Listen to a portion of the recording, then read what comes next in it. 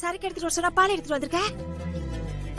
அக்கா, நம்ம அவனுக்கு சரக்கு ஊத்தி கொடுத்து நாளைக்கு காலையில போதை தெரியாம போயிடுச்சுன்னா அப்புறம் எல்லாரும் அவனை அசிங்கமா பேசுவாங்கல்ல. அக்கறை. அதனாலதான் அக்கா பால்ல தூக்க மாத்திரையை கலந்து குடுக்கலான்னு பாலை கொண்டு வந்திருக்கேன். நல்ல ஐடியா. சரி சரி சரி, மாத்திரை வச்சிருக்கல, சீக்கிரம் கொடு. இந்தங்கக்கா. தொரே,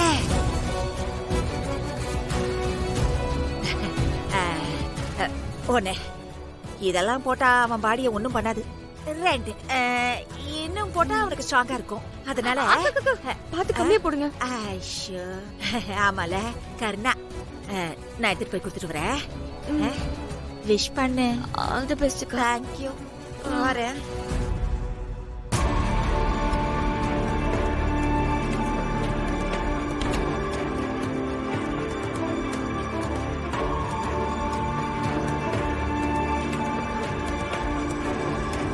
கர்ணா,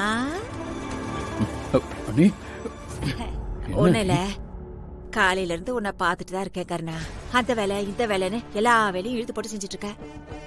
பத்தாததுக்கு ரிசப்ஷன்ல என் புருஷன் இந்துவோட அப்பாவையும் அக்காவையும் அசிங்கப்படுத்தி அனுப்புனதுனால நீ டைனிங் ஹால் பக்கமே வரல.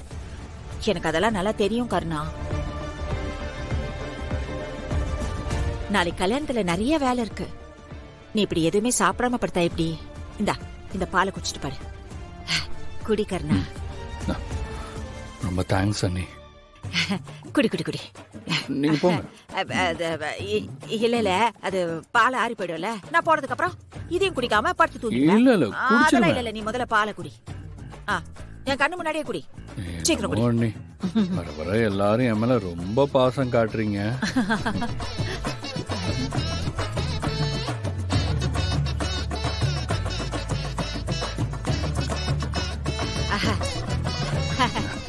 எல்லாத்தையும் குடிச்சிட்டியா? வாய் வச்சுக்கோ. ரொம்ப நேரம் முடிச்சிட்டு இருக்காம சமத்த படுத்து தூங்கு, சரியா?